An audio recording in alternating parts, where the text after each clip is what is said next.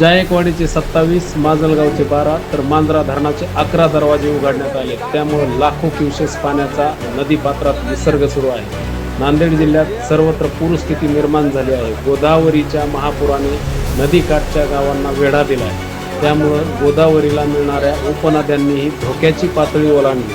नांदेड जिल्ह्यात गोदावरीसह मांजरा, आसना, पूर्णा नद्यांच्या महापुराचा शेकडो गावांना वेढा बसला आहे. लोहा तालुक्यातील भेंड गावात एक ज्येष्ठ नागरिक पुराच्या पाण्यात अडकल्याची माहिती मिळताच स्थानिक प्रशासनाने शर्थीचे प्रयत्न करून त्यांचा जीव वाचवला.